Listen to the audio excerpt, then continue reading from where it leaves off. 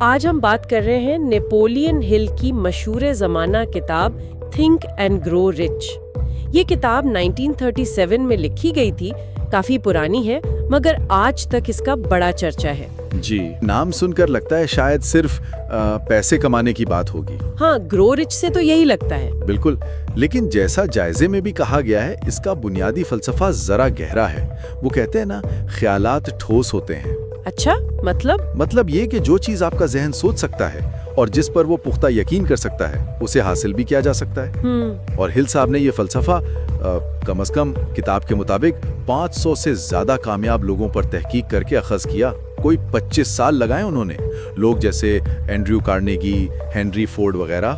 25 سال کافی عرصہ ہے۔ جی، تو آج دیکھتے ہیں کہ اس جائزے میں اس کتاب کے کون سے اہم اصول نمایاں کیے گئے ہیں۔ ٹھیک ہے، تو جو 13 اصول بتائے ہیں ان میں سے پہلا جائزہ کہتا ہے وہ ہے شدید خواہش، برننگ ڈیزائر۔ جی ہاں، شدید خواہش۔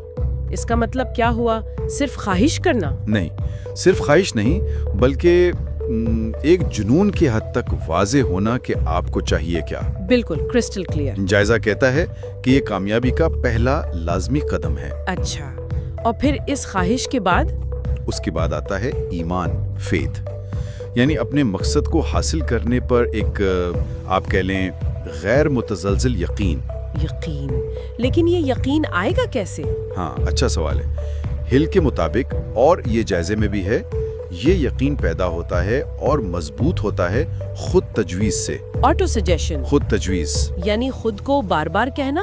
بالکل، بار بار مثبت انداز میں اپنے مقصد کو دہرانا، اسے محسوس کرنا، تاکہ آپ کا لاشعوری ذہن، سب کانشیس مائنڈ، وہ بھی اس بات کو مان لے۔